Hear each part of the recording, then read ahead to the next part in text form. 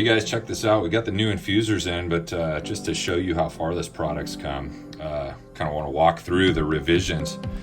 Here's one of the first ones that was released. Big old external manifold on it, gas in, gas out to the keg, and then this gas line would actually loop back in here, and the adjustment was right here. This red lever allow you to increase or decrease the flow. So that was version 1 of the infuser. Kind of big, kind of bulky, and then a lot of external components. The next version, huge improvement. A lot smaller, all the ducting's inside. You split your gas line, that's it. And then you got a high precision adjustment. So this was the biggest improvement, is this high precision adjustment dial. So that's version 2. And now we're on to this guy right here, the newest infuser. Basically the same as version 2, just a hell of a lot smaller.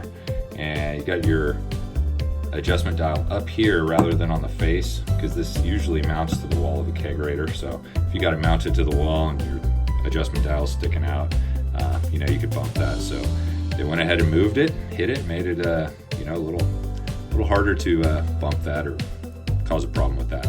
Still has the locking ring up top here. So once you got that perfect infusion set, just lock it in and you're good to go.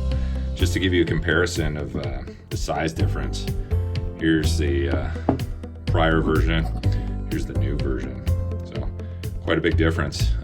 Even with the barbs, this is about the width of the box on the prior version. So check it out. We'll be posting these on our site if they're not there already. And yeah, let us know if you have any questions.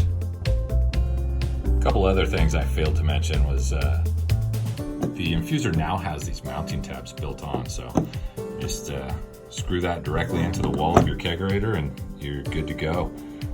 Additionally, the gas in barb, it shrunk down to a 5/16 rather than a 3/8, so easier to get your gas hose on now. And I think that's about it. Check it out.